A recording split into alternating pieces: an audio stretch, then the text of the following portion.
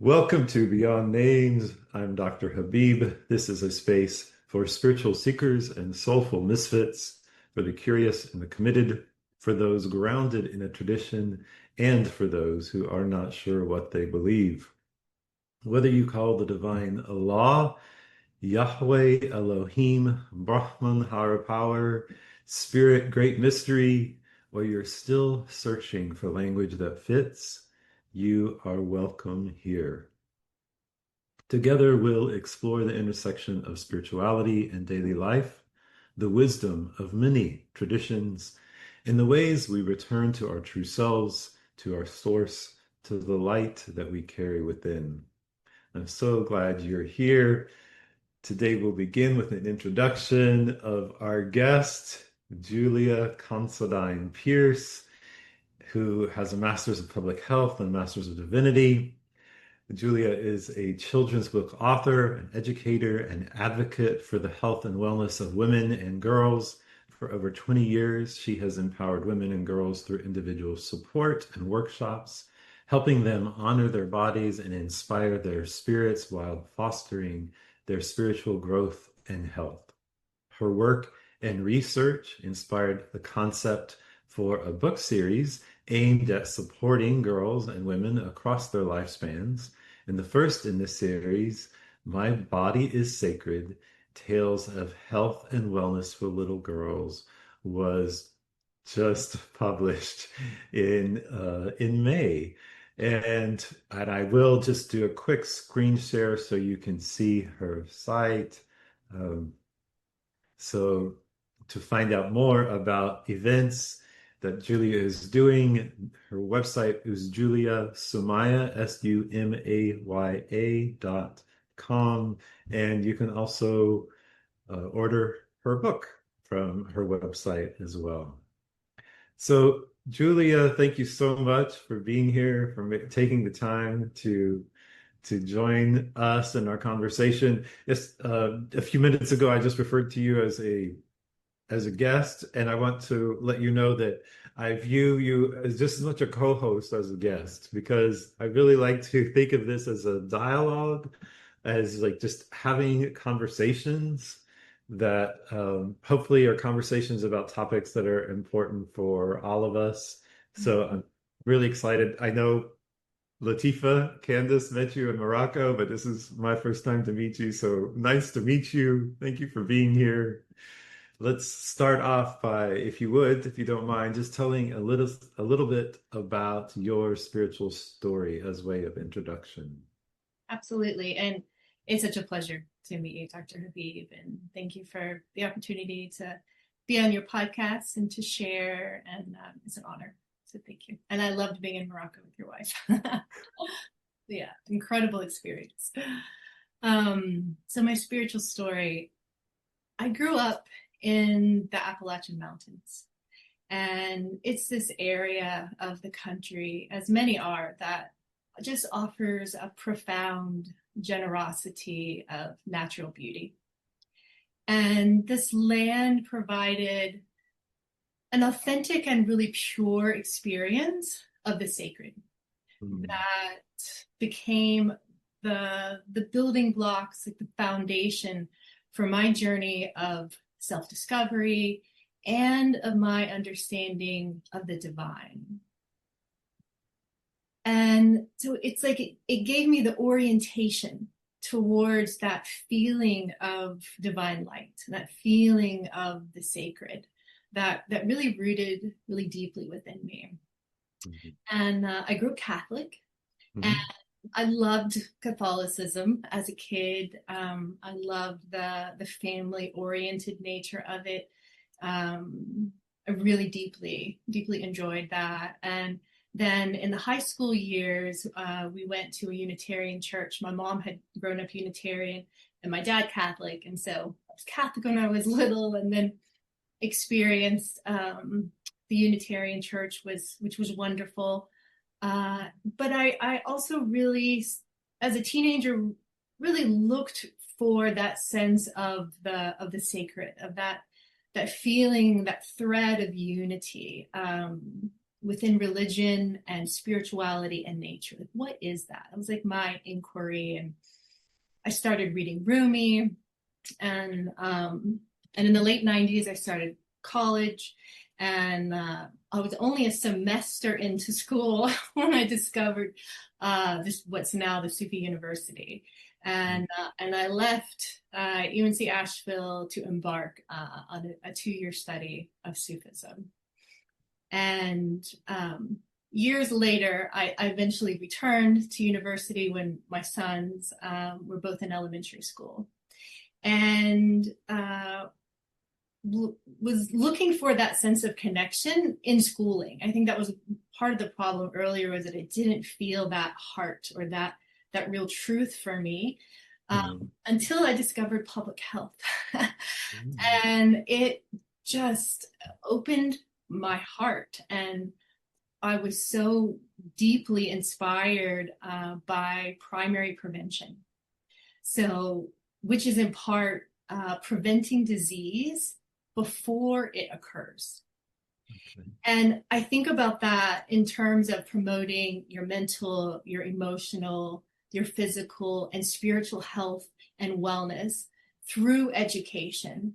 And also, how do we promote safety in our society, particularly for girls and women? Yeah. And I continued with graduate studies at UNC Gilling School of Global Public Health. And my initial research inquiry, you start grad school and everyone's talking about what their research interests are. And mine was incorporating mindfulness into menstrual health education. And what would that look like? Could that possibly support the mental, emotional, and physical health of girls? And I really wanted to address the shame and the stigma that girls and women often feel about reproductive health, in addition to addressing this glaring gap in education. And so mindfulness, it's that quality of loving awareness of our thoughts, our feelings, our body sensations, the environment, and it's accepting ourselves without pride or judgment. And research shows that just 10 minutes a day of mindfulness practice can improve well-being, ease depression and anxiety, help people make healthier decisions with eating and exercise. And so when you look at that, you can see how what we're mindful of, it orients our attention, our consciousness.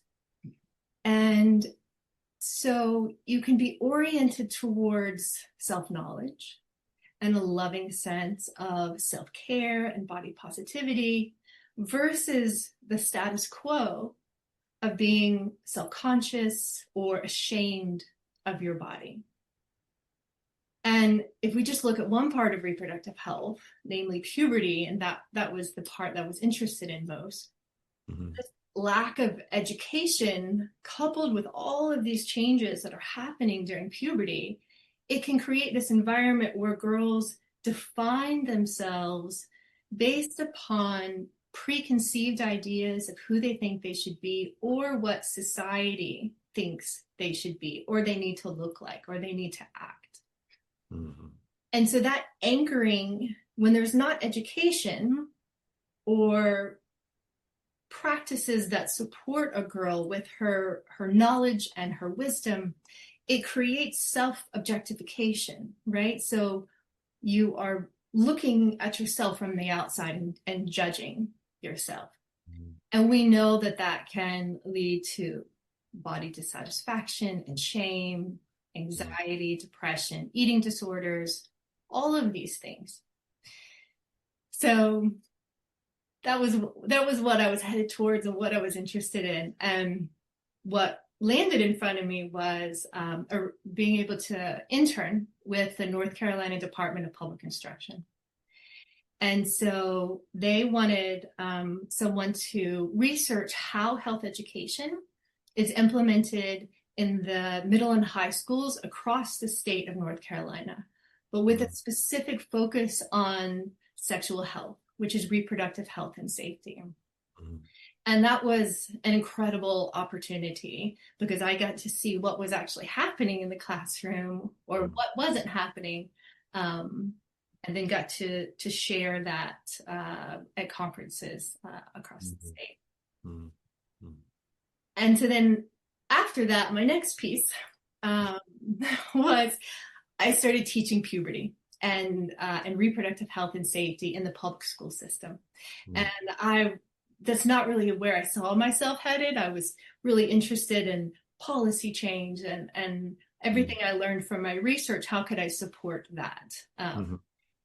But here I was with a bunch of fourth and fifth graders talking about puberty, and I loved it. It was my truth. It was that authenticity, being this voice of accurate, evidence-based health information in this world where there's so much available online that is violent, that's dangerous, that's not safe, and just not healthy in any way. And so in puberty education, I was so deeply inspired by puberty education because we come back to primary prevention, right? So this is just these very simple lessons on healthy relationships, what's healthy, what's unhealthy, how to reach out for support, how to communicate if something happens that's not safe, consent, teaching about boundaries and body safety. And all the changes associated with puberty, hygiene, and then media literacy, right? Like how to critically evaluate media messages related to your body, sexuality, because we know kids are just bombarded with that. And particularly girls. And so puberty education, we know it is really crucial in equipping young people with accurate knowledge about their developing bodies. And it reduces misinformation and the anxiety that can be associated with that. It can help them feel more confident, reduces the shame, and it just normalizes, like, boys and girls, there's so many changes and they don't know if it's normal, right? And so they're often going online, Googling things to see if they're normal. And there's very few places for them to access healthy information about their bodies. And we know that only about a quarter of public schools are providing puberty education. And so I then realized that because this really simple information wasn't being offered on a broad scale, that maybe I should write a book about it. Write a book about puberty. And I felt really inspired to do that. But in that, I didn't know where to start with the health information. And, who knows what, and what did their parents teach them, or maybe they did get puberty education. And then that showed me that I actually need to start pre-puberty. So this first book is a book for prepubescent girls that really lays the foundation and just makes it easier to talk about puberty when that time comes. And so all of that, and as I wrote the book, was like there were these two worlds of public health and spirituality and the science of spirituality. And I kept those very separate, right? Because I taught in the public school system. You don't talk about that. But as I wrote the book, I realized that what I was being asked to do is bring together public health, reproductive health and safety in particular, with spirituality. And spirituality, noting the research and the science that really shows us how when young people have a strong spiritual core, how that supports them in making healthy decisions as adolescents, as teens, and throughout their lifespans. And so, all of that work has been part of my spiritual path. It was that began in the mountains. Here's this light. Where is this light? And how to follow that and trust that. Well, thank you so much for sharing a bit about your story. And the there's so many intersections, the intersections that are, I find that very uh, beautiful and exciting and enlivening. And it's part of the reason that I wanted to do this podcast in the first place was to, I feel like those intersections, you specifically talked about the thread of religion and spirituality and nature. Like, and so I feel like if we could generally increase our awareness individually and collectively around where do spirituality and nature intersect? Where does spirituality and our bodies and our relationship to our bodies intersect? Where does spirituality and, as you said, public health and public education intersect? So these are all things that I want to ask you more about and hopefully give you an opportunity and I to speak more to. And then also, I just want to say thank you for doing what you're doing. You know, just when I think about how important it, like our bodies are sacred. Um, I'm a softie, right? The tears are coming because I just think, oh, like, um, if prepubescent girls and boys, if we all knew how holy we were, you know, like if we looked in the mirror and said to ourselves with knowledge, like, you are a holy soul, you know, like this body is a holy vessel for a holy soul. Like, how different would be our interactions be? So I think that the work you do is inestimably important. So thank you for doing that and for sharing your work and following this inspiration to write this book. So I want to go back to some of these topics, these intersections. Um, could you share a little bit more about, for you, in your experience, that intersection of spirituality and nature? You mentioned, you know, your story started in the mountains, and I personally, I love the mountains. Like, there's just something that's so miraculous about the mountains. So, yeah. Can you tell us a little bit more about how you experience the intersection of nature and spirituality? Mm-hmm. Absolutely. As a child, I was in awe of the wildflowers that grew on the hill in front of our house. Yeah, It was every spring. It was just awe. It opened my heart to see the milkweed and the butterflies and the black-eyed Susans and all of these beautiful flowers from just the field. My parents had it planted them, and that awe, that opening of my heart, and the expanse of the Blue Ridge Mountains, which is the part of Appalachia I grew up in, and that being able to stand on top of a mountain and take in the majesty of the mountains, you yeah, know? yeah, And there's beautiful research about that, the way that reduces anxiety and really allows you to have a different perspective for a moment. yeah, Being able to stand and witness nature, especially a beautiful horizon like that. And yeah. yeah, yeah. Majesty, and heart opening. Those are the I just want to highlight those experiences. You know, I have this habit of when I go for a walk in the morning, I greet the tree. There's certain trees on my walk that I call my greeting trees.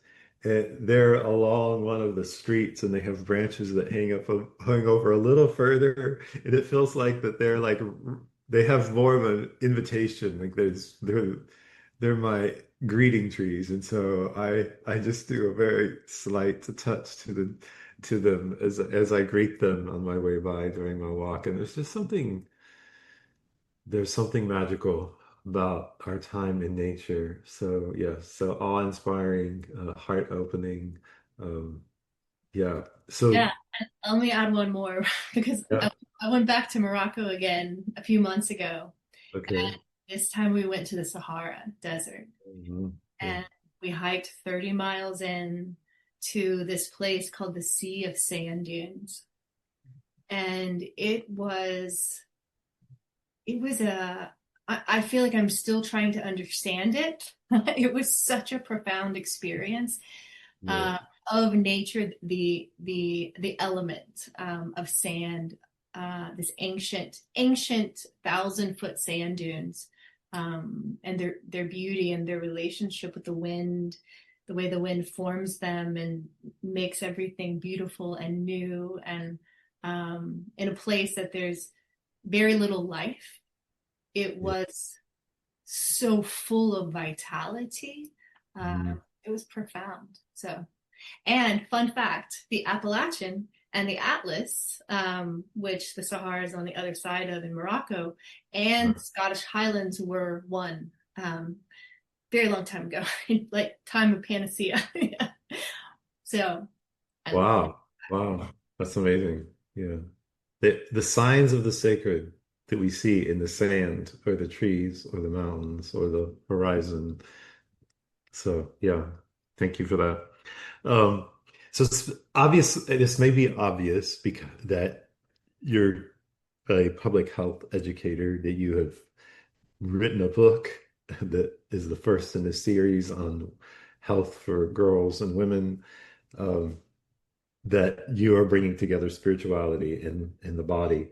But I think for many of us, as you alluded to, that there we can often have a lot of hangups. You mentioned the media, you mentioned, pressure to what's normal, what's not normal, not knowing, lack of education, lack of every there's so many things that go into our relationship with our bodies.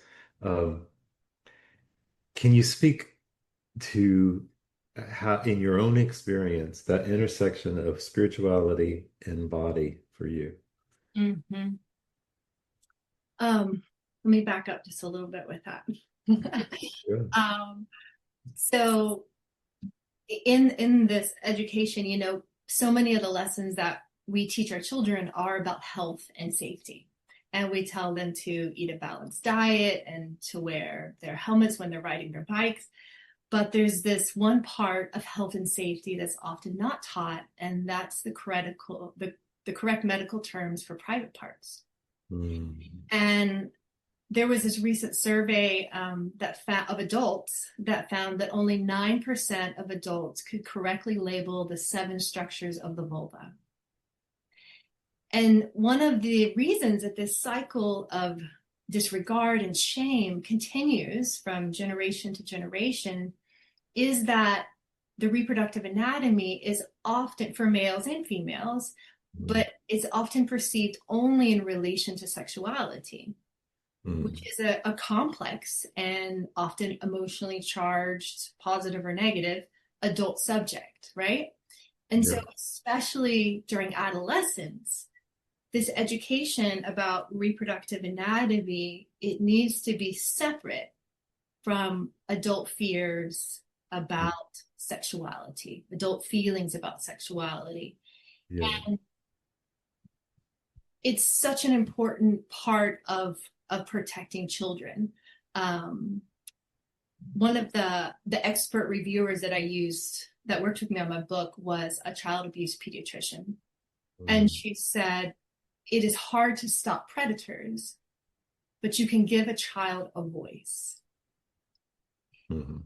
And so being able to give children the correct terms for their reproductive anatomy, Yeah. it supports them in feeling confident that they're not feeling that shame or stigma. This is a normal and sacred, however your family defines that, part of your body.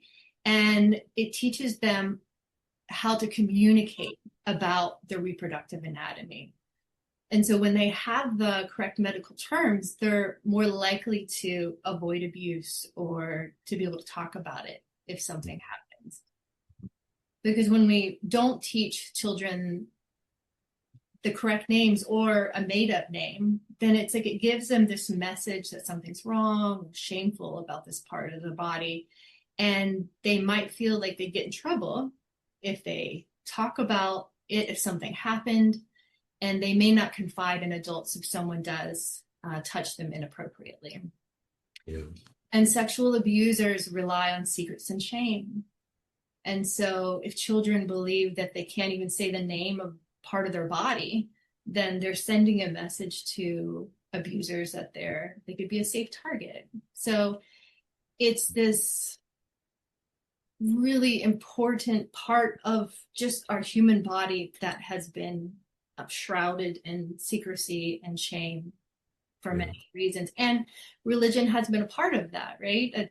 It's not at the core of in religious teachings, but that is a way that some people have interpreted it and shared that or abused people, right?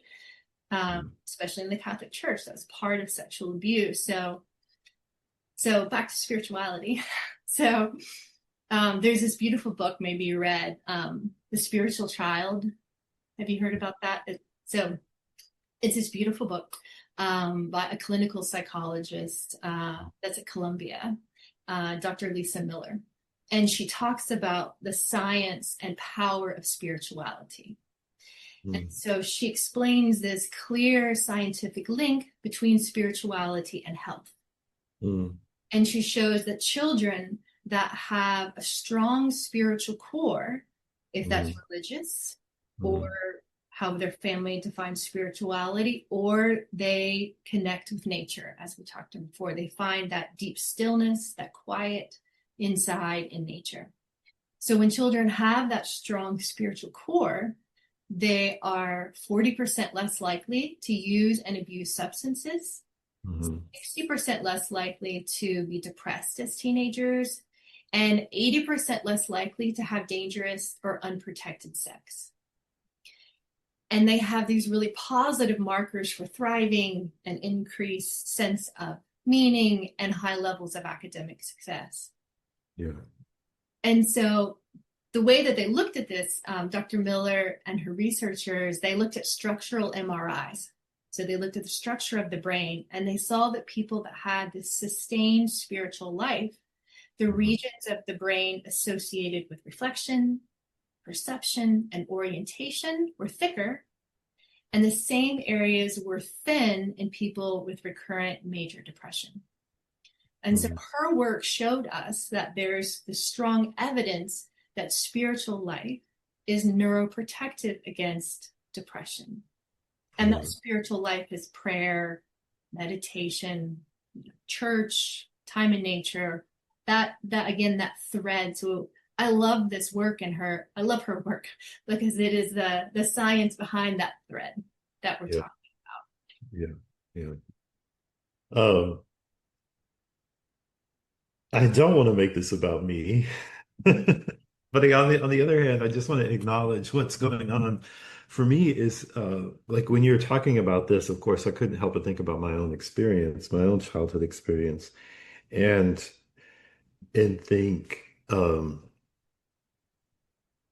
I experienced a violation in my own home, but I also experienced violation in terms of like my parents essentially gave me to a predator in the church, you know.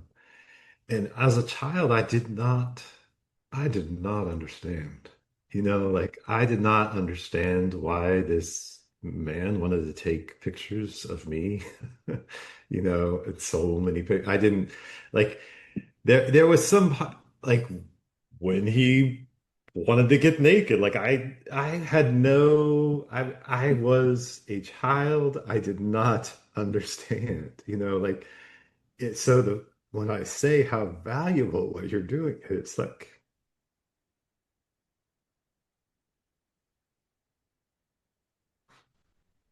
I'm so sorry that happened to you. I just want to acknowledge, like, this can make a real difference in people's lives. So, For sharing.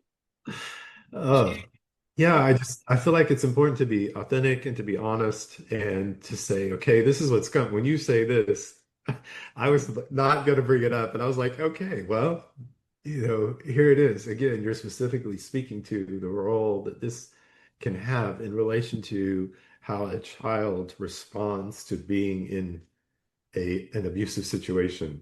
Um, so yeah, maybe it's that said, I just want to say, please share this work. Listeners, share this work. This is inestimably important, and thank you for doing it. And you started to say something. So, what were you going to say? No, go ahead. Go ahead. I was just going to say maybe this is a good time for you just to read an excerpt from your book. Absolutely. So I was going to read the part, the so the book incorporates some deep breathing exercises. It talks about turning to that sense of the divine within, and it also covers anatomy and physiology, healthy relationships, consent. So it is that intersection of spirituality and science in a very, very gentle, it's very gentle way. Right. But I could read the part about body safety. I can read would you prefer me read the mindfulness part or the body safety part? Yeah, let's do the body safety. I mean, it seems like that's the it seems like that's where we're being led. So Can you see? Kind of. there's a little bit of a glare, so we can kind of see. Yeah. Okay. Yeah. Well, There. Yeah. Okay. That's better. I'll show you the picture. Harmony loved to run. She ran so fast that she left even the wind behind her. As her body raced, her mind and heart were completely still. She always was amazed at how peaceful it was inside her body. How peaceful she was inside when her body moved so quickly. In this place of peace, divine love spoke to Harmony. My dear daughter, your body belongs to you and deserves to be healthy and safe. All of you is a precious gift from divine love, inside and out. All of you should be honored, loved, and respected. Running like you do so well is an important way that you care for your body, mind, and spirit. You can also jump, dance, skip, play with the ball, and play chase. When the weather is nice, try to play outside. The sunlight and fresh air are good for your body, just like exercise and nourishing food. Do you think you can try to play every day? I can, said Harmony. Good, divine love said. And now I have something very important to tell you. Are you listening? I am listening, Harmony said. Remember this. Your body is your personal space, and no one can touch your body without asking first. It's okay to say no if you don't want to be hugged or touched. The only time an adult should ask to see your private parts is at the doctor's office, and only while your parent, caregiver, or trusted adult is present. The doctor should still ask for permission or consent. When you're young, your parents may check your private parts to ensure that you clean yourself well. Otherwise, no one should ask to see or touch your private parts. You should always tell your parents or a trusted adult if this happens. You should ask for help if anyone makes you feel unsafe or uncomfortable, hurts any part of your body, or asks you to keep a secret. I want you to know what it feels like to be safe. Remember that you can say no if you feel unsafe. Will you remember this? Harmony said yes. She understood that her body was hers and she had a right to feel safe. Divine love said, my daughter, taking care of your body, mind, heart, and soul is a holy prayer. It is also a way to honor divine love and yourself. When you know and love yourself, you know the divine. Hmm. And it's it's my goal to also make this book for boys. Oh, I have two sons. So we do live in a world where half of all women and a third of men have experienced some type of sexual violence. And so yeah. this message is very important for everyone. So that's my hope. That Could this you just could also, you read that last line again, if you don't mind? yeah, absolutely.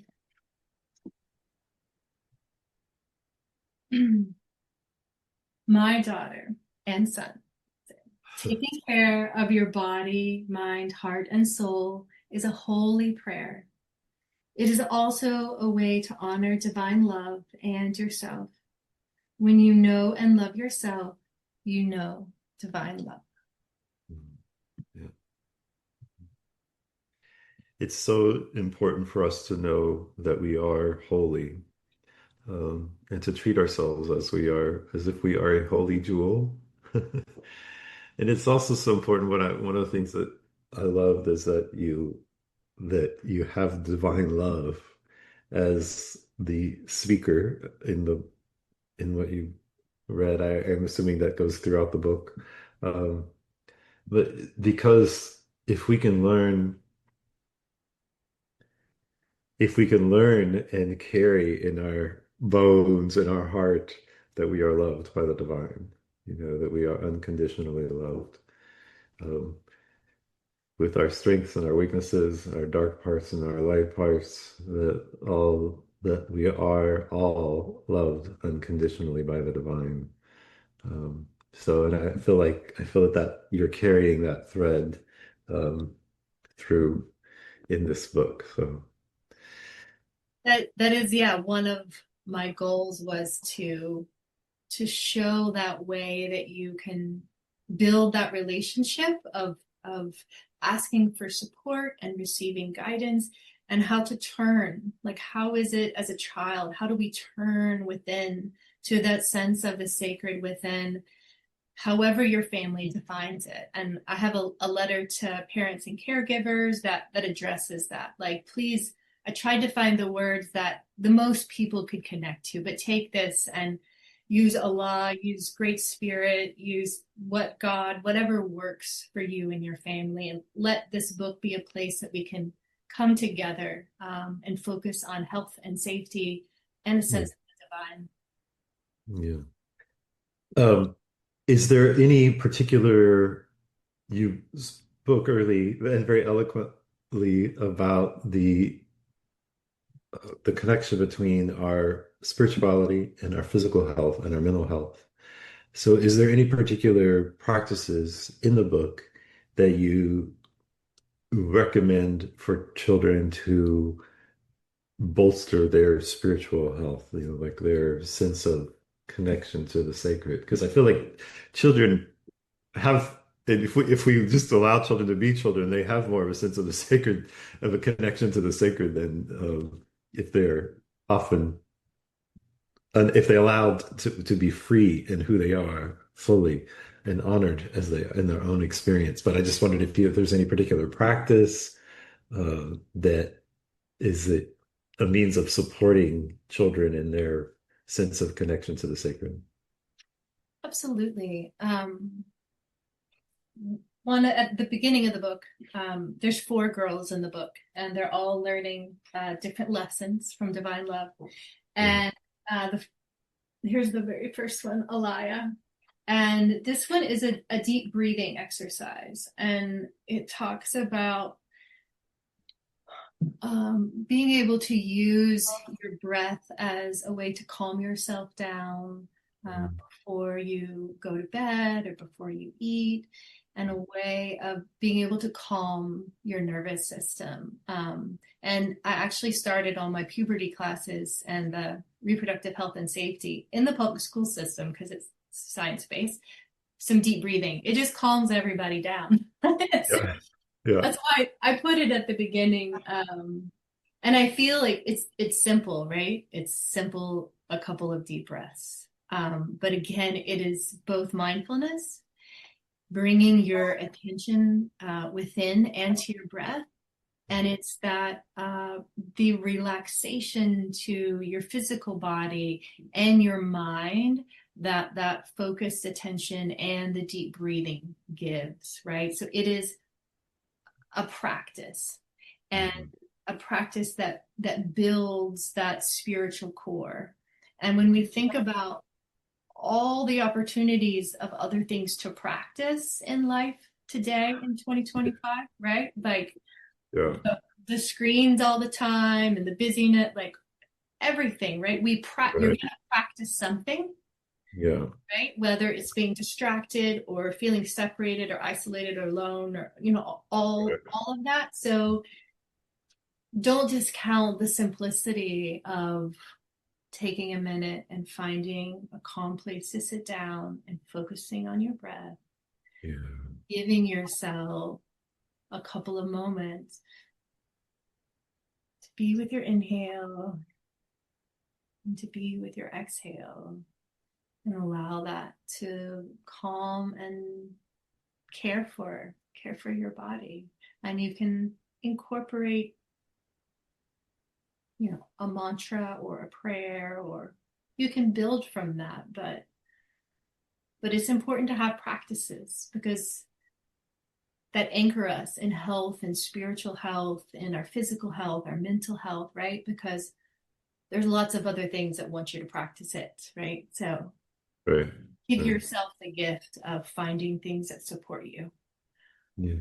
And some people it's staring at a flower, or back to looking at the horizon and the hard thing of a hard hike and then looking at the horizon. But Yeah. in this world right now, I feel like it is imperative that we find these little windows and we gift ourselves these ways of caring for ourselves, and crucial to give this to our children in the way that works for your family, but to give them these practices that they may, I mean, when they're little, they listen, right? But then my boys are 19 and 21, and they've heard me share a lot of things over the years, and I've shown them many practices, and they're at a place, they ignored me completely as a teenager, but they still hear it, right? So even if they're like, whatever, mom, they are still hearing that, right? Parents are still the best educators in that sense. And so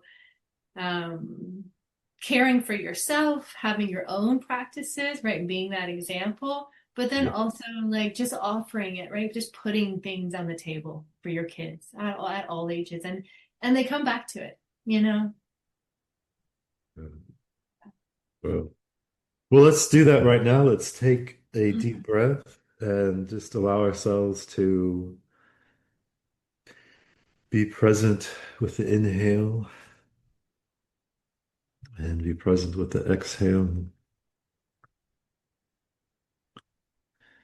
And allow ourselves to be open to the sacredness within, and also allow ourselves to be open if anything from this conversation, from reading from My Body is Sacred,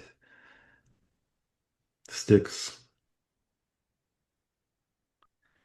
If anything lands for you and invites you to move deeper or move in a particular direction, that we might receive the invitation and accept the invitation.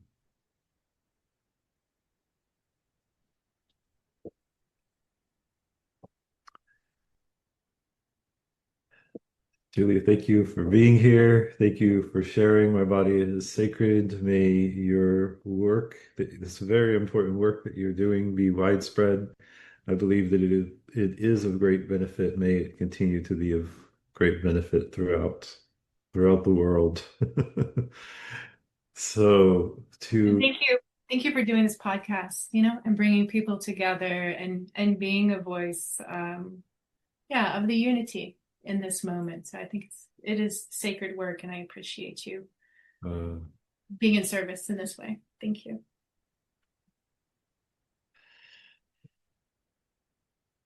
to everyone who's listening, you are loved. You are a holy jewel. and your body is sacred. Thank you for joining us on Beyond Names. May something you heard today help you reconnect with the light in your own heart. May you grow in compassion and courage and clarity. May you find your way home again and again, back home to yourself, back home to the divine, however you name it. And if today's conversation spoke to you, I'd love for you to share it, leave a review, or to reach out. Until next time, may you be light. May you carry your light. May you consciously participate in growing your light. And may you share your light. Peace be with you.